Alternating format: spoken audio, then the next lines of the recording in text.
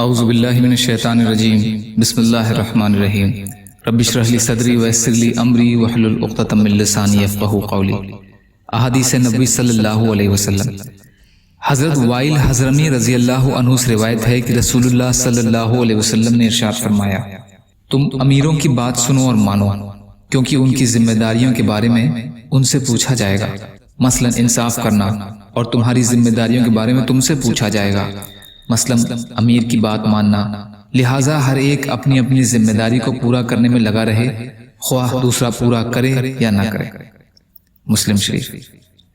حضرت ارباز بن ساریہ رضی اللہ عنہ روایت کرتے ہیں کہ رسول اللہ صلی اللہ علیہ وسلم نے فرمایا، اللہ کی عبادت کرو، ان کے ساتھ کسی کو شریک مت ٹھہراؤ، اور جنہیں اللہ تعالیٰ نے تمہارے کاموں کا ذمہ دار بنایا ہے ان کی مانو، اور امیر سے امارت کے بارے میں نہ جھگڑو، چاہے امیر سیاہ غلام ہی ہو، اور تم اپنے نبی صلی اللہ علیہ وسلم کی سنت اور ہدایت یافتہ خلفائے راشدین اجمعین کے طریقے کو لازم پکڑو، حق کو انتہائی مضبوطی سے تھامے رہو، حق کو انتہائی مضبوطی سے تھامے رہو۔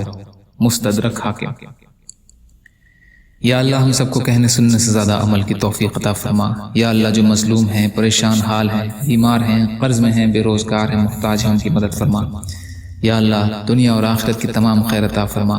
یا اللہ دین پر ڈٹے رہنے والا بنا، دین کا کام کرنا آسان بنا۔